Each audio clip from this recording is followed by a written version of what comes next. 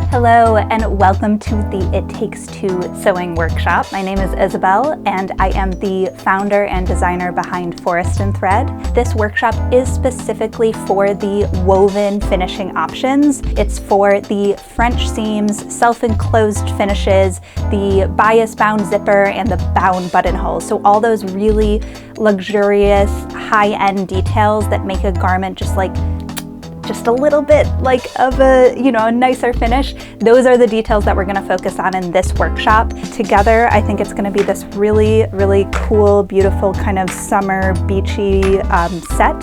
So the thing about separating zippers is they have to be shortened from the top. Let's talk about fit. So it's recommended to choose your size for the jacket based off of your full bust measurement. So I'm just sewing an edge stitch at that top edge of the folded hem. And I'm just going to make my way around the entire hem.